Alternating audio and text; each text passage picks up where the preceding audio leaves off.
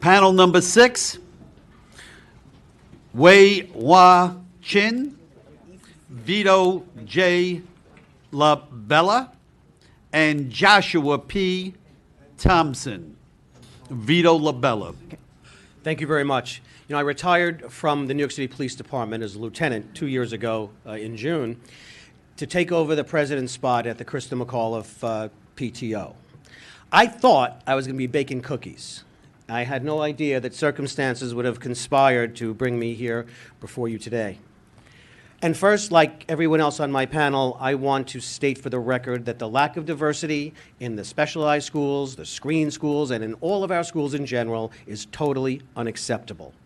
I spent a good part of my career down here in Lower Manhattan working with a diverse group of people, different genders, races, ethnicities, backgrounds, everything, sexual orientations. Okay, we worked together toward a common goal, often on very, very difficult tasks.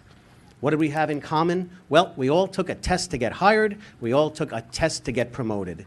So understandably, that has at least partially informed my views on this.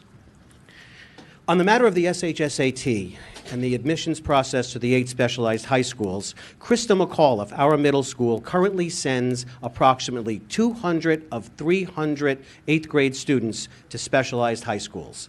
That number would go down to 18 under this proposal.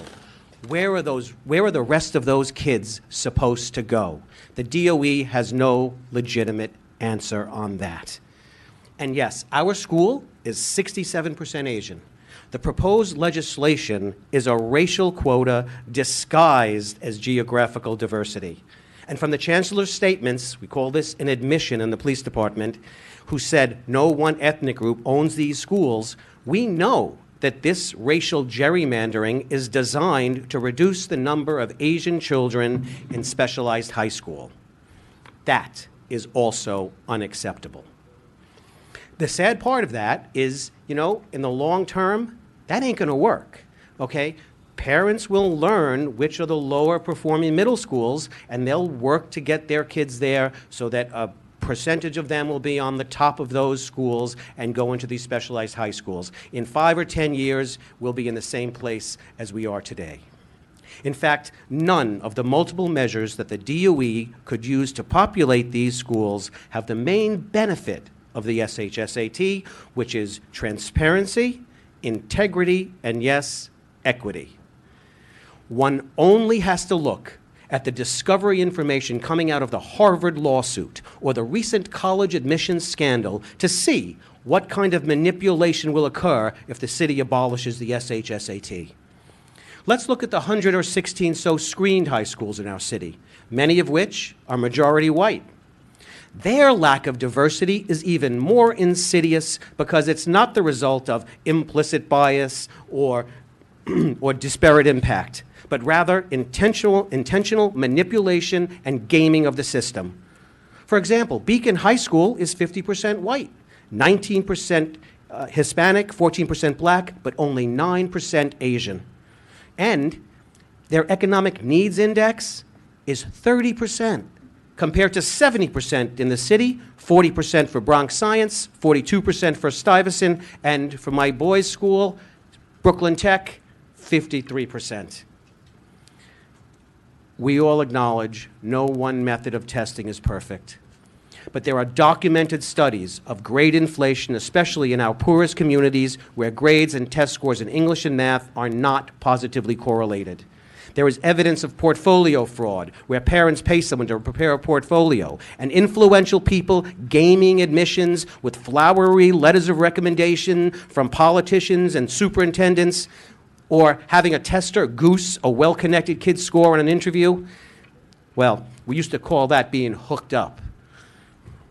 In 2013, Scott Stringer conducted an audit on the admission process to the screened high schools, and he found 319 of the 4,075 students did not appear to meet the enrollment criteria. That's 8%. Whose kids were those? If the city abolishes the SHSAT, the children of the powerful and the privileged will populate these schools. Stuyvesant will look like Battery Park City. I'm asking this body to vote no on Assembly Bill Apple 2173.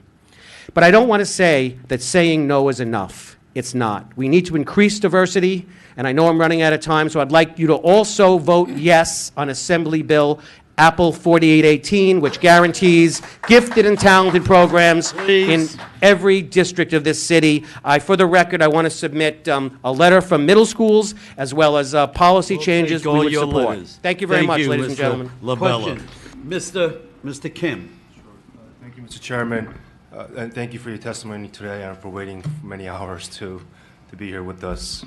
I guess my question is there any other way that the mayor and the chancellor and the city, if they had rolled this out differently, we would have been at a different place in terms of discussing reform?